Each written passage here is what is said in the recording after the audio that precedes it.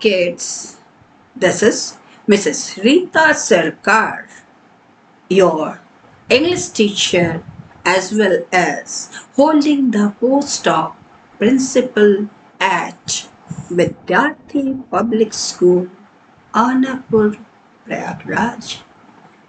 Before this, I have already explained half portion of the chapter 3rd just before recess.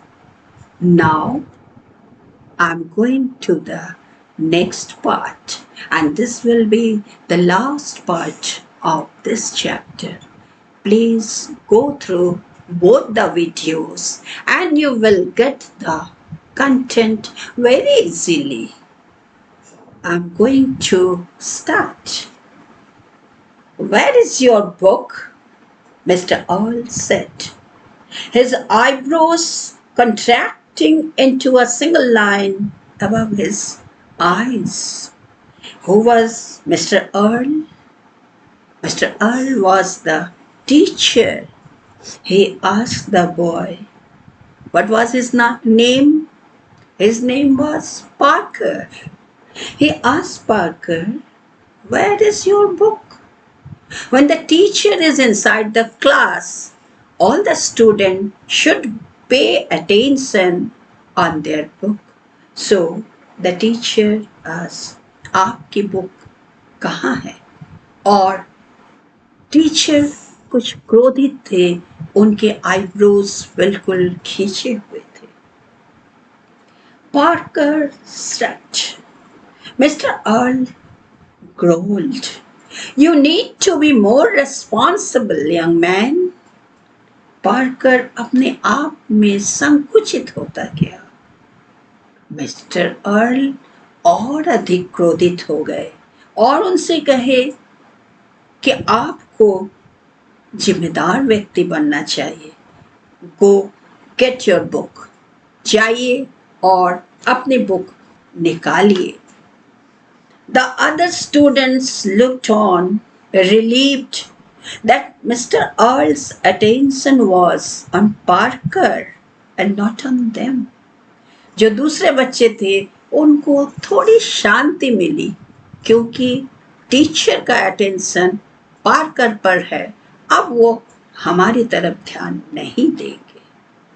I don't have it, sir, said Parker. Parker ने कहा, मेरे पास नहीं है. It had disappeared into the sun along with everything else. ये तो धूप के साथ साथ सभी वस्तुओं के साथ गायब हो गया है. Mr. Earl's hands clenched slightly. अब टीचर का क्रोध और अधिक हो गया. उन्होंने अपने हाथों को सिकुड़ा. Parker cringed as his teacher pushed away from his desk. जैसे ही टीचर अपने डेस्क से खड़े हुए, पार्कर को भय लगा. Mr. Earl almost never left his desk. यह तो सामान्य परिस्थिति में टीचर अपने सीट से नहीं खड़े होते. Students came to him. इसके बदले वो बच्चों को अपने पास बुलाते हैं. He didn't go to students unless the infraction was terribly bad. जब तक परिस्थिति अत्यधिक विषम ना हो जाए, टीचर अपने डेस्क से नहीं उठते हैं. You, young man, are irresponsible. आप बहुत ही गैर जिम्मेदार बच्चे हो. Remember our talk about responsibility on the first day of school. जिस दिन आप और मैं पहली बार मिला था, मैंने आपको responsibility, उत्तरदायित्व के विषय में आपको बताया था. He looked at each of his students who nodded in turn. उन्होंने प्रत्येक बच्चे की तरफ देखा जिन्होंने स्वीकारोक्ति में अपना सर हिलाया। Isn't your book in your desk where it belongs? क्या आपकी बुक आपके डेस्क पर नहीं है? उसे तो वही होना चाहिए। No sir, said Parker. Parker ने कहा, नहीं सर, मेरे डेस्क पे नहीं है। How could he explain about the swirling dust, the pulsing red glow, the sun's pinpoint of light? अब इस बच्चे की समझ में नहीं आ रहा था कि वो कैसे अपने टीचर को कन्विंस करे और समझाए कि धूल के कणों का गुब्बार जो घूम रहा था और सूर्य की रोशनी उस पर तेज पड़ रही थी और बुक कहाँ गायब हो गया। Of course it is. That is where your books should always be. आपकी बुक हमेशा जहाँ मिलती है वही मिलेगी। Everything has its place. हर वस्तु की एक स्थान होता है। A place for everything. प्रत्येक वस्तु को रखने के लिए निर्दिष्ट स्थान होना चाहिए। Isn't that right? क्या मैं सही नहीं बोल रहा हूँ? He question sounded like an accusation. Teacher इतने क्रोध में थे कि उनके हर एक प्रश्न बिल्कुल गंभीरता से भरी हुई थी और आरोप के सुर थे। Parker noted. पार्कर ने भी सर हिलाया। But my book isn't there, Mr. Earl. उन्होंने टीचर से कहा, सर मेरी बुक वहां नहीं है। The teacher took 2 long strides and stood beside Parker's desk. Teacher खड़े हो चुके थे। अब इन्होंने 2 लंबे लंबे डग आगे बढ़ाए और पार्कर के डेस्क के पास पहुंच गए। Before the boy could speak, Mr. Earl threw the desktop open. वहां पहुंचने पर बच्चा कुछ एक्सक्यूज देता उससे पहले ही मिस्टर अर्ल ने डेस्कटॉप का ढक्कन खोल दिया और for a second he stared into it. जैसे ही उन्होंने डेस्क का कवर खोला उन्होंने अंदर की तरफ झांक कर देखा।